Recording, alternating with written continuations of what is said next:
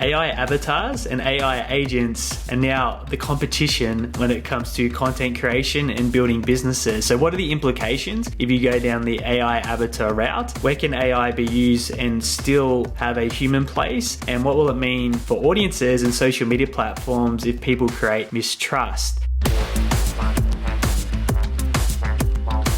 If you're new here, my name is Aaron Whitnish. I am the co-founder of Content Only. Our agency creates in the region of 500 original videos and written posts for our clients every single month. If you head to contentonly.au, you can download a free course of the 30 days in 30 minutes content creation system. I'll start with a story. The other day, I was on Facebook and I was doing a bit of scrolling and this reel popped up and I started watching it. It got my attention. It was a human with a baby whale and they got injured or they were trapped in something and the human works to free this baby whale. Anyway, the mother whale comes up to say thank you. It's probably the best way to put it to this human that's freed their calves or their pups. I'm not a marine biologist, I'm not sure. And I was like, oh wow. And then it occurred to me that this event was not real. This was synthetic and it was AI generated, but it had me for at least 20 seconds. And then fast forward 2 days later, I believe it was, there was a video and there was this lady presenting and talking in the video. And for the first 10 seconds, I'm like, oh, this is a very polished speaker on XYZ topic. And then it occurred to me that that was also an AI avatar delivering a script in a reel. So there's probably many examples where I have been fooled and haven't realized that it was an AI generated situation. So we're now living in a time and era where with a simple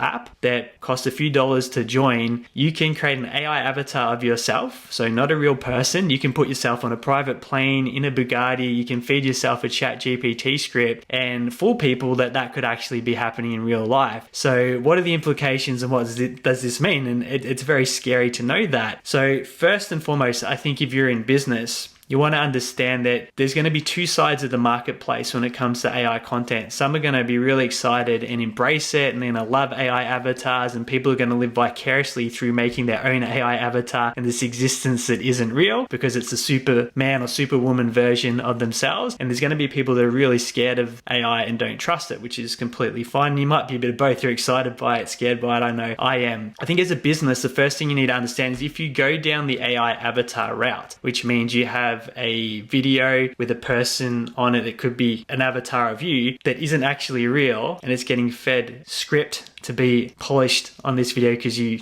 aren't confident to do it yourself, as an example, or you just want efficiency and put it out there faster. I believe you need to be transparent about that. Now, when you upload it to a social media platform, you do have to declare if it's synthetic and not a real event. So if someone didn't do that, then I'm wondering what is the consequence? Do they lose their account? Do they get banned? Do they get pulled down? So I think that could become a reality if people are not declaring that, because it would be misleading to the general marketplace. The implications if it happened to your audience, where they saw an avatar of you and they believed it was real and then found out later that it wasn't, they might feel that they're misled and it might create mistrust. And the consequence of that could be really bad pushback or PR for the brand. So my first position on it, if you want to explore that technology and do it, which I don't see any challenges with it, it's just being transparent, saying, hey, this is our AI agent, our AI avatar. We're just playing around. This is cool. And just making sure you've got open and honesty around that when it's not really you or not a real person inside the business. That's the first thing I'd say, and declaring it to the platform so you don't get a slap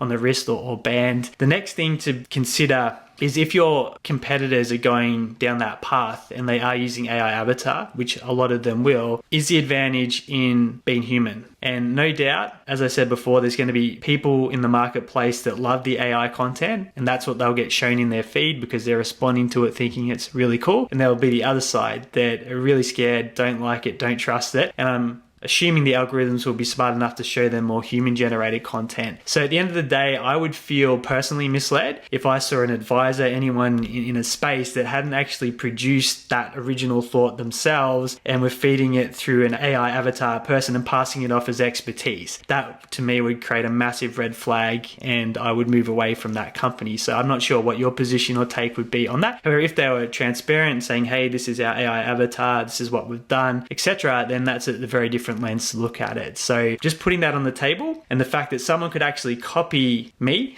and my face and my voice now and put me in events that aren't real and create these scenarios that are synthetic and even put you in a very compromising position. That's really scary. And I was speaking to my wife Paula going, is there going to be a point in the future where if a case comes down to video footage or surveillance where there's enough reasonable doubt that it could be AI generated, so people just get off if there's any sort of video unless there's really solid proof that it actually took place through other means? Because how do you know what's real? How do you know what's not? If I've already been fooled, I'm sure, many times. So it's going to get very complicated, and it's for the facilitators of platforms to navigate it and work a lot of this out, because they're going to have to get to the point, I think, where things are either verified as original human and things are either verified as AI or synthetic right off the bat, so we know what's real and what's not, or else people are going to very easily get misled by Mr. Private Plane, Mr. Bugatti with the money-making scheme online that isn't actually a real person. It's just a digital creation telling you all this stuff, someone hiding in a basement somewhere that's flat broke, presenting this way online. So that's what we're confronted with already, and we're just getting started with AI. Now, AI is used in our business in many aspects. We use it for transcriptions, we use it to help put captions on videos, we use it for proofreading efficiency, we use it to help with tone and writing posts and all sorts of different things. So it's really added efficiency and quality to our business since it became mainstream, but it has been around for decades. We just haven't sung from the hills about it like we have since ChatGPT exploded onto the scene a couple of years ago and everyone started utilizing it. So you can't ignore it because there is so much efficiency. We can do things now that used to be manual processes and took several hours in a couple of minutes because of AI. So it's very exciting. And I step back, and as an agency owner in the content space, I look at it a couple of different ways. There could be a pathway in the future where we have AI content only packages where people just want avatar reels and videos and posts curated for them. So we'll utilize it in that way. But the conditions would obviously be that they're using it transparently and declaring it to the platforms and all the above. And then the people that want to go down the human path where they're showing up as them real selves, but hopefully the people that do commit to that get rewarded, and we can use the efficiencies of AIs to take that original human input and transform it into many different outputs in terms of, say, shorter form videos, posts, and use it to enhance the quality and those efficiencies that I was talking about. So the challenge now is to start understanding how AI works in your vertical, not just on the content side, because if you can understand it in your space, you're not going to get left behind. So study it and how it applies to what you do professionally so you don't get left behind. I'm committed to it in the content marketing space. Then the next challenge I have for you is when you're watching videos and seeing events that are happening online, see if you can detect whether or not it's AI and synthetic or whether it's human, and then you can check the label on the content. Hopefully the person's labeled it correctly, because it is getting good and we want to minimize our own ability to get misled